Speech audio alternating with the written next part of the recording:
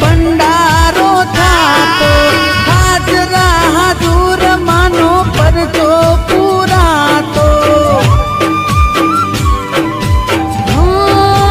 મારી મારા જોયું મત દુખીઓની સેવા રે કરતા દેખામી આવીને આશરો રે આપતા। ગરવી ગુજરાતના નવસારી જિલ્લાના અને ચીખલી તાલુકાના દેગામ ધામે આજે પણ જયુબા સાક્ષાત બિરાજમાન છે।